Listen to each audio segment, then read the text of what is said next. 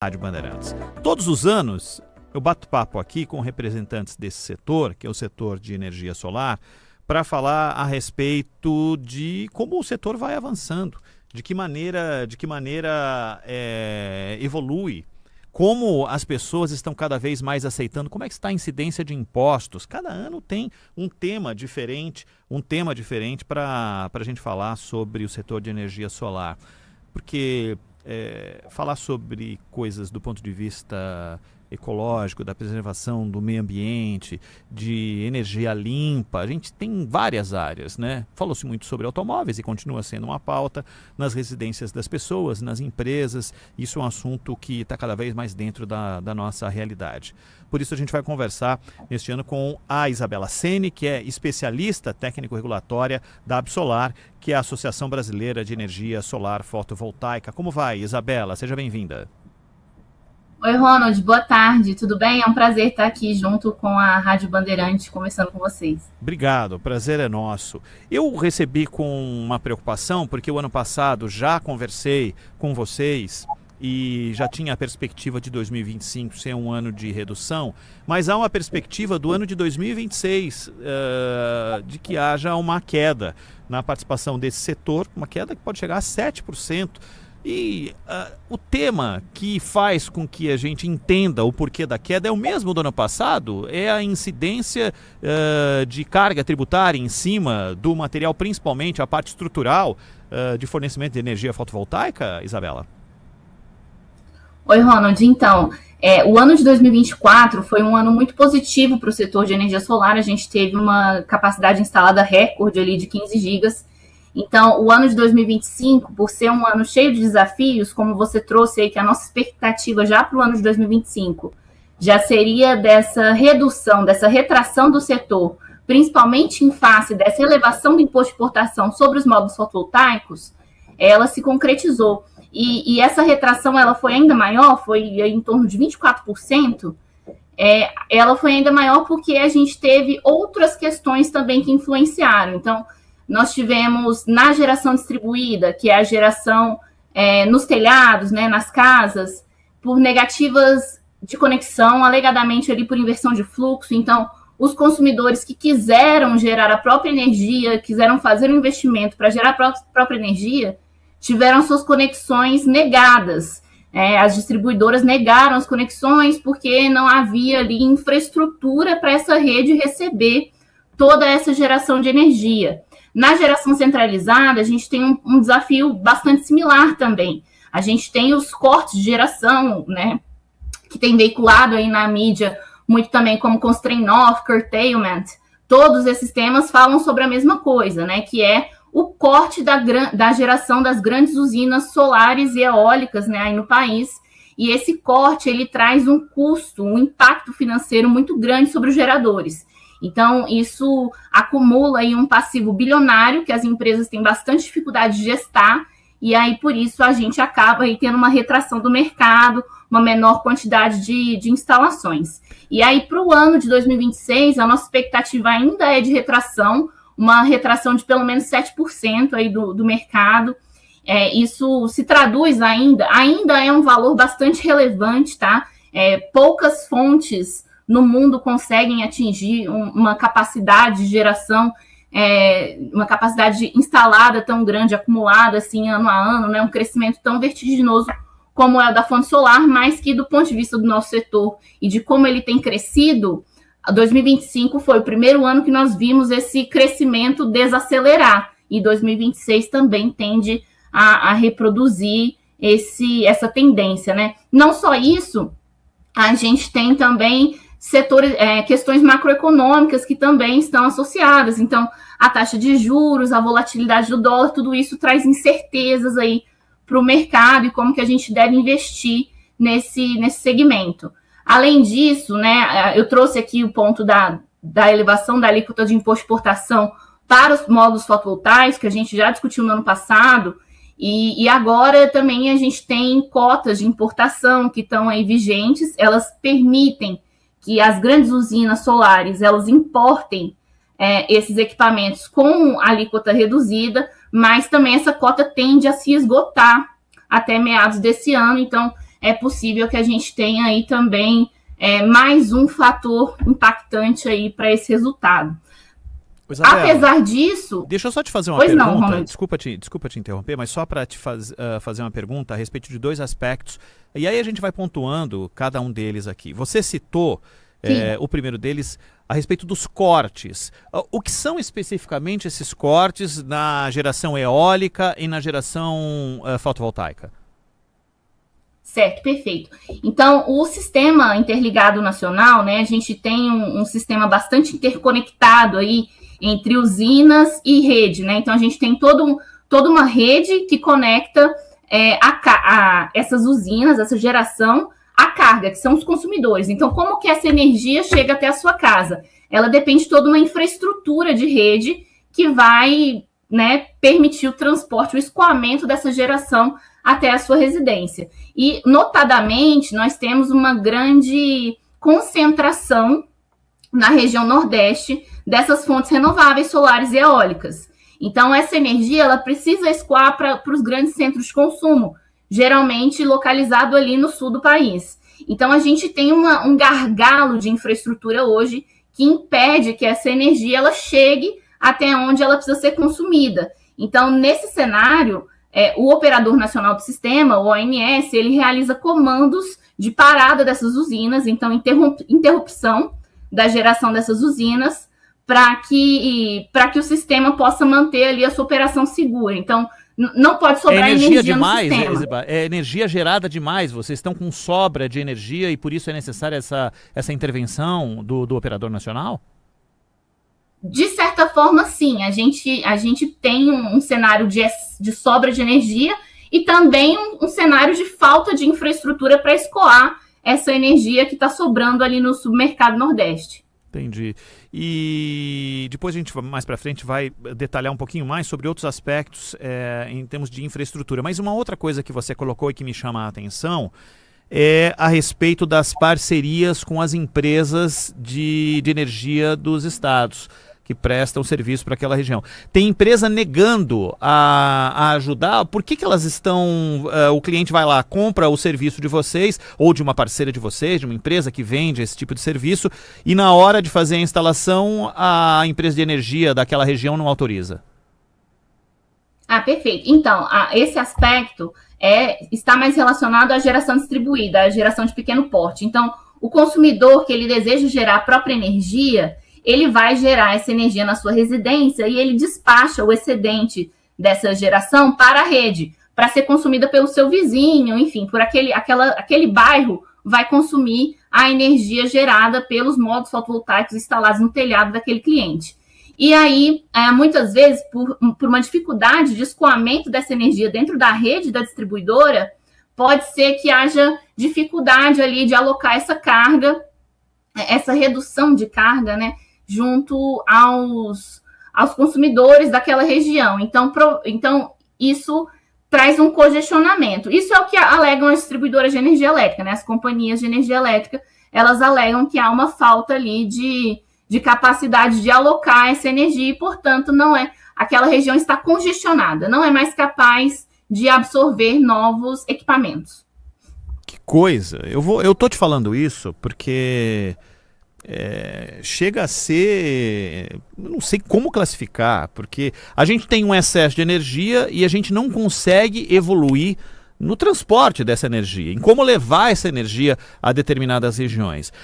Quantos por cento da capacidade de geração de energia está no Nordeste, Isabela? Hoje, aproximadamente 30%. Isso é geração centralizada, tá? Uhum. Quando a gente está falando de geração distribuída, a gente tem isso bem mais pulverizado e hoje a região, o que nós estamos falando aqui de telhado, né? Uhum. Da geração distribuída, que é essa geração que está junto ali à distribuidora, à concessionária. Então, aqui em São Paulo, por exemplo, na minha rua tem lá uma pessoa, e eu tenho um vizinho meu que colocou lá as placas na casa dele, e ele tem a Enel como a empresa, né? Ele tem já, o dele está funcionando, perfeito, tal, ele devolve energia e a conta dele vem só o mínimo para ele pagar. Ele tem um crédito ali que ele vai desfrutando, ele não paga praticamente nada todos os meses. Esse é o distribuído, correto? Esse é o distribuído. Tá, perfeito. Perfeito. E como é que funciona com relação às empresas que precisam de grande consumo de energia? As empresas, uma montadora, elas não só consomem de fazendas de geração de energia, como elas podem criar as próprias, é isso?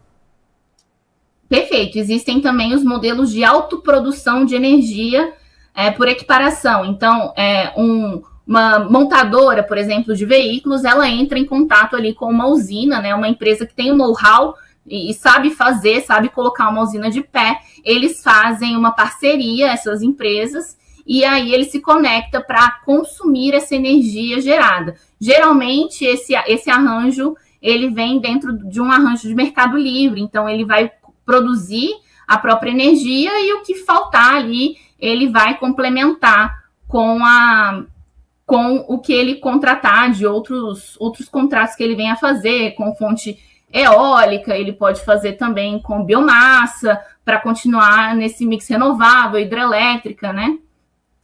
Ô Isabela, eu queria saber do lado de vocês, da associação que reúne tantas empresas que fazem parte desse novo universo da geração de energia fotovoltaica, como é que é para vocês acompanhar ano a ano a relação com quem decide, né, que são os governos? Há algum tipo de promessa de investimento em infraestrutura para que esse problema, que é a sobra de energia, que seria um problema bom, afinal de contas o Brasil ainda passa por problemas de apagões em determinadas épocas do ano, a gente está aí numa preocupação tremenda com os reservatórios baixos, e o reservatório não é só o fornecimento de água, é também o funcionamento das usinas, né? E aí depois vão reclamar que as termoelétricas estão funcionando e gerando poluição e tudo mais e tal. Como é que é a expectativa do que o governo promete para vocês, para a infraestrutura, se é que promete alguma coisa? 2026 é um ano bastante importante porque nós temos aí as eleições presidenciais, né? A Absolar, todo ano de eleição, nós fazemos uma agenda, né? Nós enviamos proposições aos candidatos à presidência, focados ali nas prioridades para o setor solar fotovoltaico e para o desenvolvimento desse setor que é importante para a economia do país, né? A energia, ela é um aspecto fundamental da economia do país, ela gera inflação, né? Então, quando a energia está cara, todos os produtos ficam mais caros. Então, a Absolar sempre encaminha uma agenda propositiva para os candidatos à presidência e a nossa pauta prioritária, de fato, está centralizada nesses pontos. Então, dar o devido ressarcimento a esses cortes de geração que têm impactado financeiramente os agentes e feito também, acarretado em desinvestimentos nesse setor. Infelizmente, a gente tem tido aí, né, como a gente falou aqui, uma retração desse mercado.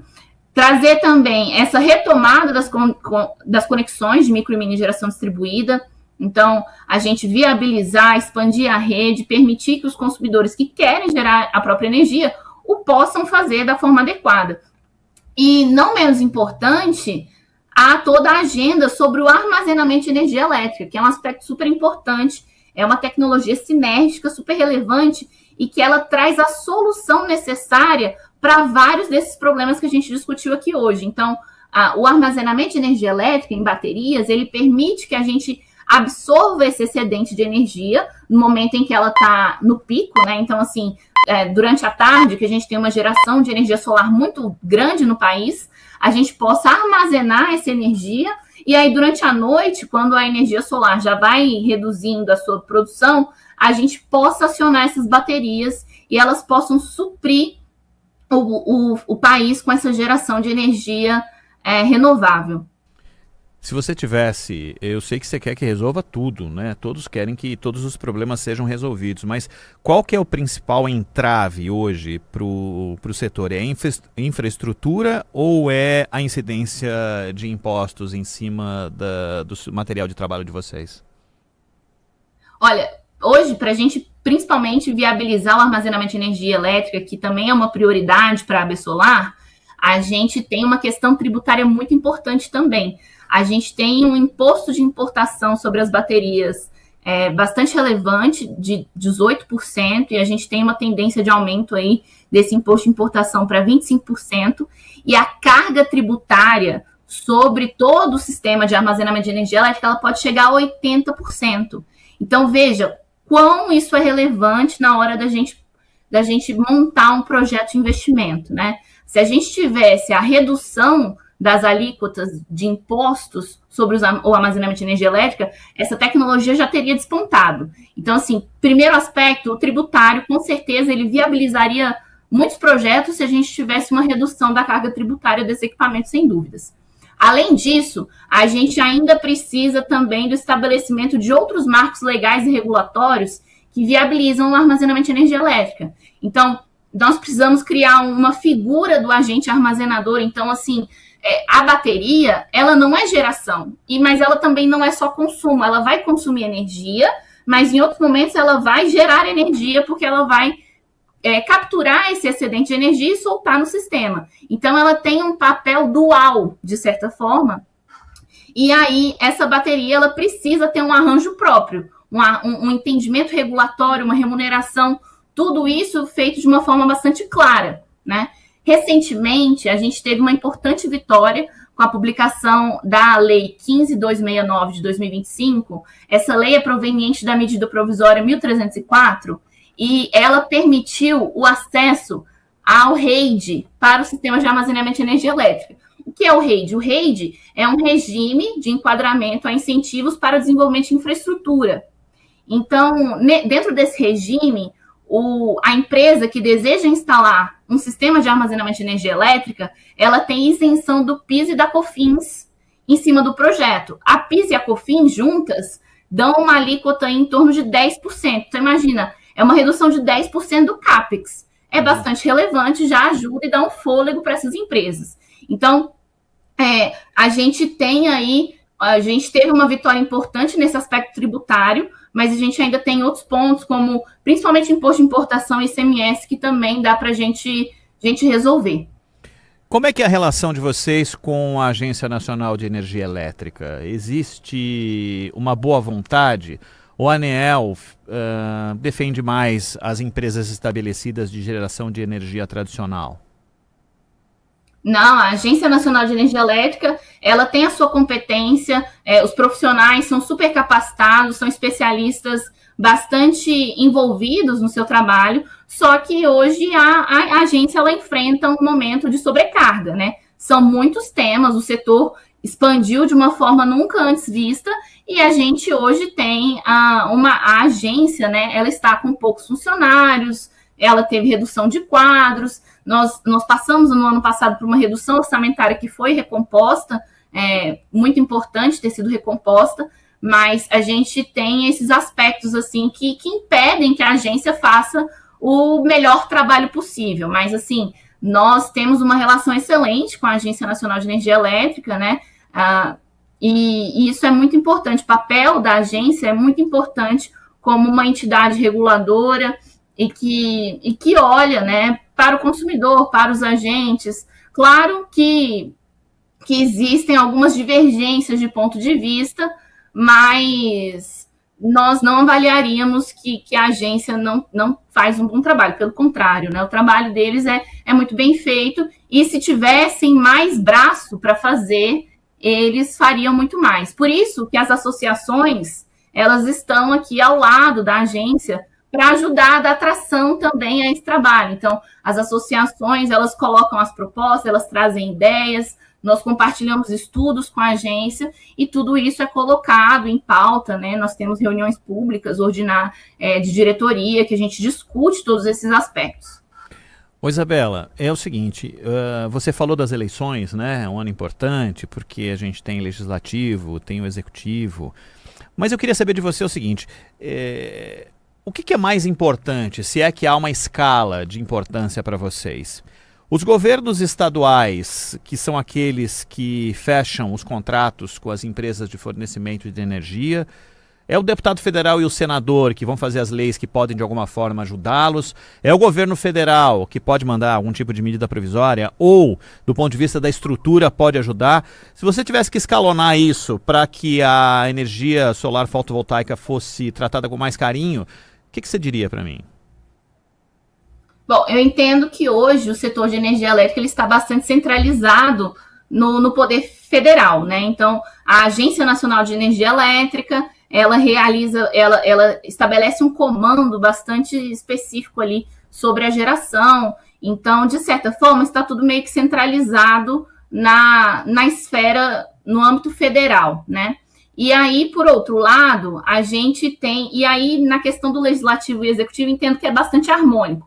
Então, de certa forma, a legislação que nós precisamos é federal e isso está bastante ali dividido entre o legislativo e o executivo. Tanto o legislativo tem colocado boas propostas, né? Os deputados e senadores têm colocado boas propostas, né, para o incentivo da energia solar fotovoltaica, e a gente tem trabalhado junto aos gabinetes, né, para que essas medidas sejam aprovadas, como também o executivo tem o seu papel importante, né? Nós tivemos no ano passado a publicação de 4 medidas provisórias referentes ao setor de energia elétrica, né? E a gente ainda tem algumas aí em andamento, então, que vão ser importantes, que vão ditar alguns aspectos, principalmente com relação ao hidrogênio verde, data center, né? Como que a gente vai expandir o consumo dessa energia que está sobrando agora. A gente tem oportunidades também para falar sobre o armazenamento de energia elétrica. A Absolar, ela tem uma proposta de projeto de lei pronta para ser apresentada com relação ao armazenamento de energia elétrica. Então, é um aspecto super importante e a gente tem trabalhado isso muito junto ao legislativo. Por outro lado, o executivo, ele exerce um papel muito importante. O Ministério de Minas e Energia, ele tem um papel muito importante. Ele que organiza os leilões, ele também está com algumas competências importantes, como a redução do imposto de importação para o armazenamento de energia elétrica. Ela pode ser realizada pelo executivo diretamente, né? Os impostos federais, né, eles são regidos pelo executivo, não pelo legislativo exatamente. Então, são papéis importantes e a gente tem bolas divididas aí e estão com os dois, muitos temas que são importantes para nós estão divididos aí entre legislativo e executivo. Isabela, eu imagino que tem muita gente agora ouvindo e eu gosto de tornar os assuntos populares, assim, para que as pessoas se sintam representadas dentro de cada um deles. E todas as vezes quando a gente fala disso, de qualquer tema, na verdade, quando a gente entra na rotina das pessoas, tudo fica mais fácil, fica mais palpável para elas. Por exemplo, no caso específico desse tema de hoje, as pessoas querem saber. Primeiro, eu acho que apesar da questão dos impostos, do setor ter tido uma retração e tudo mais tal, em 24 foi um ano soberbo, como você mesmo disse, né, um ano excelente e tudo mais tal. Continua, imagino eu, tendo uma infinidade de pessoas e empresas que querem mudar, querem criar algo novo, querem ter uma perspectiva do uso desse tipo de serviço prestado por tantas empresas que estão no setor de vocês. Hoje, uma pessoa, e eu estava contando aqui, voltando ao início, de um vizinho que tem ali uma casa com 2 adultos, uma criança, e ele tem 5 placas de energia solar na casa dele, e ele não paga nada, né? Ele gera energia, devolve para a rede. Isso é aqui em São Paulo, tá, gente? A Isabela falou de inúmeras outras situações em que outras regiões está havendo algum tipo de entreveiro ali entre quem compra e quem deve fazer a gestão disso para receber energia de volta para o sistema. Quem hoje está interessado em fazer isso, numa residência, digamos assim, as empresas, não é essa questão do imposto ou da infraestrutura que está tirando o ânimo das empresas de prestar esse serviço. Isso continua sendo ofertado da mesma forma, né? Sim. E o que as pessoas hoje, uma família com uma característica de 2 adultos e uma criança ou 2 crianças, o investimento hoje é de quanto, Isabela, para ele poder transformar a casa dele em uma casa que passa a gerar a própria energia? Hoje o investimento para a energia solar, ele gira em torno de R$3.000 por quilowatt instalado. Então, uma residência que tem aí essa característica de consumo aí vamos dizer assim, de 5 quilowatts, etc., a gente tem aí um investimento de até R$15.000. É um valor bastante Faz tempo que é isso, hein, Isabela? Todo ano, quando eu falo sobre isso, é R$15.000. Parece que isso não muda. É mais ou menos parecido, é isso? A gente teve uma elevação do imposto de importação, a gente tem questões com relação à taxa de juros também. Então isso acaba permanecendo de certa forma. A gente teve um barateamento no custo do equipamento, né? Então houve uma redução no custo dos módulos fotovoltaicos, principalmente pela grande produção desses equipamentos lá na China. Então a gente teve uma redução relevante, mas ao mesmo tempo nós tivemos um aumento relevante do imposto de importação sobre esse equipamento. Então, hoje, meio que está equalizado, entendeu? Ao mesmo tempo que reduziu o valor do equipamento, aumentou o imposto, então a gente ficou meio que no 0 a 0. Então, de certa forma, a gente tem esse investimento aí em torno de 10 a 15 mil reais para uma residência média, né, como você disse, e vale muito a pena, porque independente das mudanças tarifárias que nós estamos sofrendo, né? A gente está num momento de transição entre um modelo tarifário em que o consumidor não pagava todos os encargos juntos à energia elétrica, hoje ele paga alguns encargos junto com a energia gerada, ainda vale muito a pena, porque se tem uma certeza que a gente tem é de que a energia sempre vai estar mais cara.